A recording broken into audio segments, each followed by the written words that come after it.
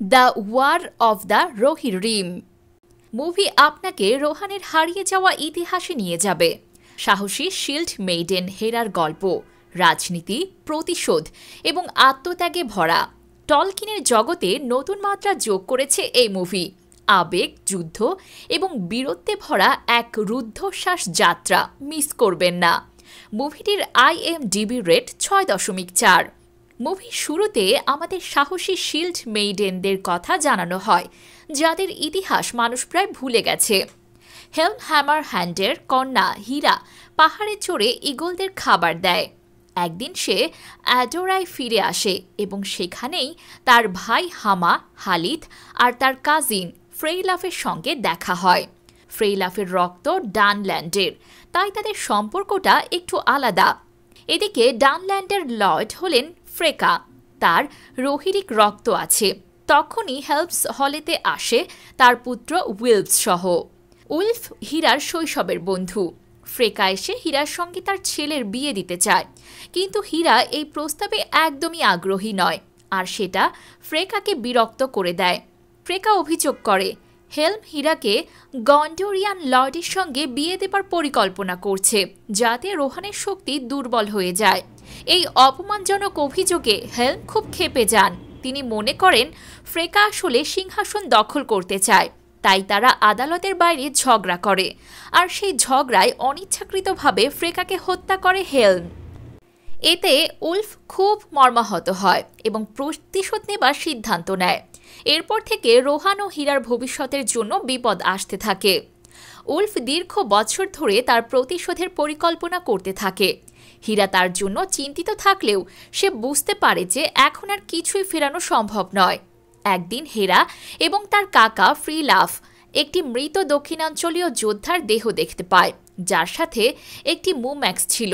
মুম্যাক্সটি তাদের আক্রমণ করে, কিন্তু হেরা তাকে একটি হ্রদে টেনে নিয়ে যায়, যেখানে একটি বিশাল পাহারাদার মুম্যাক্সটিকে খেয়ে ফেলে।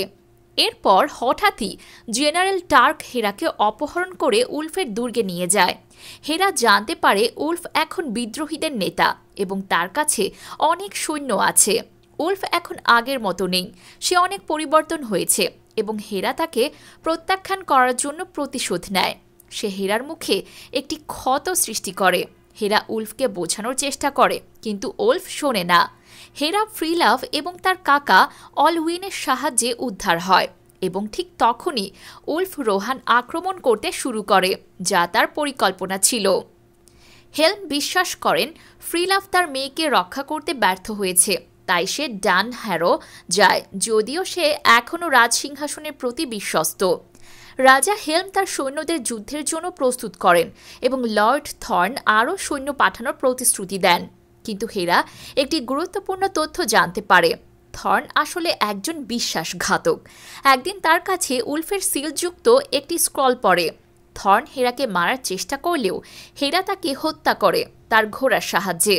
হেরা পরিস্থিতি বুঝে অ্যাডোরেস শহর থেকে মানুষদের নিরাপদে সরিয়ে নেয়, কারণ সে জানত উলফ আক্রমণ করতে আসছে। অন্যদিকে উলফ হেলমের পুত্র হলেথ এবং হ্যামারকে দ্রুত পরাজিত করে, যা হেলমকে দুর্বল অবস্থানে ফেলে দেয়।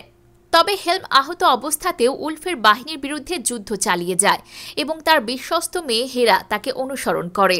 হেরা এবং তার সঙ্গীরা একটি শিংওয়ালা ট্রোল এবং রিং সংগ্রহকারী অর্কদের মুখোমুখি হয়, যা ভবিষ্যতে আসন্ন ভয়ঙ্কর বিপদের ইঙ্গিত দেয়। তারা ট্রোলটিকে হত্যা করে, কিন্তু হেলম দুর্গে প্রবেশ করতে অস্বীকার করেন এবং হেরাকে বলেন যে সে এখন যথেষ্ট শক্তিশালী এবং রানী হতে পারে। হেলম বাহিরে যুদ্ধ করতে গিয়ে এক সাহসী মৃত্যুবরণ করেন। শেষে যুদ্ধে হেরা এবং উলফের মধ্যে হাড্ডাহাড্ডি লড়াই হয়। হেরা তাকে পরাজিত করতে সক্ষম হয়, তবে উলফ পরাজয় মেনে নিতে অস্বীকার করে এবং তা আগকে হত্যা করে। এই সময় ফ্রিলাভ সাহায্যের জন্য পৌঁছায় তার বাহিনী নিয়ে।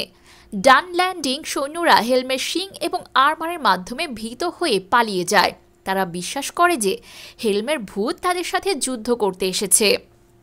উলফ যখন বুঝে ফেলে যে তার আর কোনো সুযোগ নেই, তখন সে আত্মসমর্পণের নাটক তৈরি করে এবং হেরার ওপর আক্রমণ করতে চেষ্টা করে, কিন্তু ফ্রিলাফের কাকা অলউইন হেরাকে একটি ঢাল দেয়, যার সাহায্যে সে উলফকে হত্যা করে। এভাবেই হর্নবাগকে হেলমস ডিপ নামে পুনরায় অভিহিত করা হয় এবং হারামান দ্য হোয়াইট ইজেন গার্ডের নতুন রক্ষী হয়। হেরা নেতৃত্ব নিতে আগ্রহী নয় এবং ফ্রিলাফকে রোহানের নতুন রাজা হিসেবে ঘোষণা করা হয়। হেরা তার সঙ্গী অলউইনের সাথে নতুন অভিযানে বের হয়, প্রথমে গ্যান্ডালফের সঙ্গে দেখা করতে এবং অর্কদের সম্পর্কে আরও জানতে। মুভির শেষ দৃশ্যে ন্যারেটর নিশ্চিত করে যে হেরা সব সময়ের মতোই স্বাধীন এবং খুশি ছিল। ইতিহাসে তার নাম থাকবে না, কিন্তু তার অবদান ভবিষ্যৎকে প্রভাবিত করেছে। এখন আপনার মনে প্রশ্ন জাগতে পারে, ওয়ার অফ দ্য রোহিরিম কি টলকিনের মূল কাহিনীর উপর ভিত্তি করে তৈরি? এই মুভির কাহিনী আসলে টলকিনের মূল কাহিনীর উপর ভিত্তি করেই তৈরি। টলকিন মঙ্গল গ্রহের বিভিন্ন দিকের বিস্তারিত বর্ণনা করেছেন। তার প্রধান কাহিনীগুলোর বাইরেও the return of the king প্রকাশিত হওয়ার পর তিনি 6টি অ্যাপেন্ডিক্স প্রকাশ করেন। প্রথম অ্যাপেন্ডিক্সে রোহানের ঘোড়ায় চড়া মানুষের সম্পর্কে বলা হয়েছে এবং হেলম হ্যামারহ্যান্ডের উত্তরাধিকার সম্পর্কেও কিছু পাতা বরাদ্দ করা হয়েছে, যিনি রোহানের প্রথম রাজবংশের শেষ রাজা ছিলেন। মুভিটি এই গল্প থেকে অনুপ্রাণিত হয়েছে এবং হেলমের অপ্রকাশিত কন্যা হেরাকে প্রধান চরিত্র হিসেবে তুলে ধরেছে। হেরাকে এবং কেন তাকে টলকিনের গল্পে উল্লেখ করা হয়নি?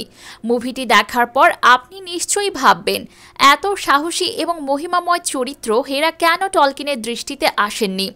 তবে মুভিটি ভালোভাবেই ব্যাখ্যা করে যে কেন তাকে কখনো উল্লেখ করা হয়নি। The Lord of the Rings এর অ্যাপেন্ডিক্সে হেলম হ্যামারহ্যান্ড এবং তার দুই পুত্র হলেত ও হ্যামারের কথা বলা হয়েছে, যারা উলফ এবং ডানল্যান্ডিংদের বিরুদ্ধে যুদ্ধে মারা যায়। এখানে হেলমের কন্যার কথা উল্লেখ করা হয়েছে, কিন্তু তার সম্পর্কে আর কোনো বিস্তারিত তথ্য নেই এবং তার নামও বলা হয়নি। মুভির শুরুতে বর্ণনাকারী AI উইল উইন দর্শকদের জানিয়ে দেয় যে হীরার গল্প কোনো বইয়ে উল্লেখ করা নেই। সে তার পিতাকে ভালোবাসে এবং রোহানের প্রতি বিশ্বস্ত, কিন্তু রাজত্ব করার কোনো আগ্রহ তার নেই। রাজা হেলমের পুত্ররা যুদ্ধে মারা যাওয়ার পর সবাই আশা করতে পারে যে সে রাজত্ব গ্রহণ করবে, কিন্তু সে তা কিছুই করে না, বরং তার অভিযান চালিয়ে যায়। মুভিটি দেখায় কিভাবে হেরা তার চরিত্রে অবিচল থাকে এবং ইতিহাসে তাকে স্মরণ করার ব্যাপারে তার কোনো আগ্রহ নেই। তার অবদান অত্যন্ত গুরুত্বপূর্ণ, কিন্তু তার প্রকৃত চরিত্রই তাকে ইতিহাস থেকে বিচ্ছিন্ন রাখে। এই মুভিটি তার সাহসিকতা এবং রোহান ও তার প্রিয়জনদের জন্য তার আত্মত্যাগ উদযাপন করার একটি প্রচেষ্টা।